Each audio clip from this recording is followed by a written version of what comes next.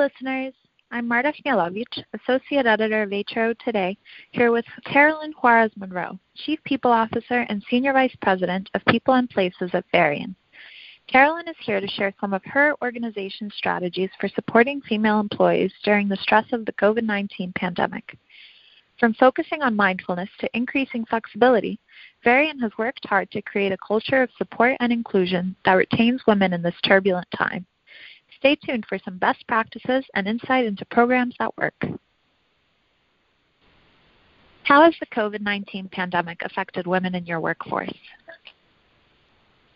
The pandemic has affected women in our workforce in a variety of ways. I think those carrying quite a bit of the burden right now are working moms with young children, because children in many instances have now started to be at home. And so working moms in particular, and there's also working dads out there doing the same, but we know through some research that the majority of the women in our workplace who are working moms are also trying to split their time between their deliverables at work and then also trying to spend time with their children, as their children are also getting now homeschooled, a situation that moms didn't find themselves in many instances before. And so that's created some challenges for women in our workplace. Can you tell me about some of the programs or benefits you have introduced to support the well-being of your female employees? In terms of programs or benefits, we have been offering quite a bit around resilience training. We've also had some different programs in terms of well-being as we think about how we take time for ourselves.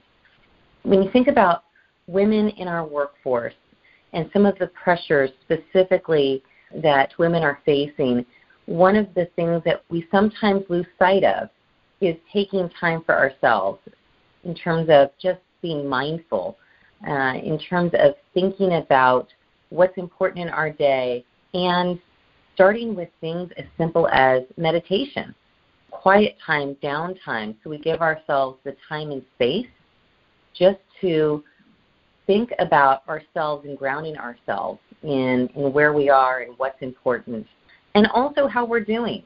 So we've been spending some of our time really thinking about those programs that can start with mindfulness, but then also providing programs that provide education around signs of depression, anxiety, and then also thinking about ways that we can encourage managers throughout the company to have more of a flexible schedule for working moms in particular, knowing that we need to be flexible as people are trying to juggle multiple challenges with the pandemic. Mm-hmm. How are you creating a company culture that embraces flexibility? We are very much focused in on our employees and the employee experience. And when we think about company culture, it starts with really being a purpose-driven company that is focused on what our vision of success is all about. And it's also about grounding ourselves in our values and what's important. Part of our values are all about helping ensure that we are a place that is inclusive. And being inclusive where people feel like they belong means understanding at an individual level what's important and some of the challenges that people are facing, so that we create an environment which is flexible enough that can adapt, especially during these times, to what is needed most, so people can be the best that they can be, both at work and at home. Are there any best practices that you would suggest to organizations that want to make their culture more supportive and inclusive for working women? In terms of best practices, and I know that so many organizations are doing this today, but it's always really helpful when we remind our managers to take time to have check-ins with their employees and to start by asking the question, how are you doing?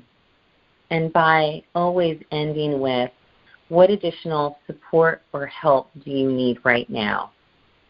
Because we do get caught up oftentimes on deliverables and making sure that we are achieving our goals, and that is very important.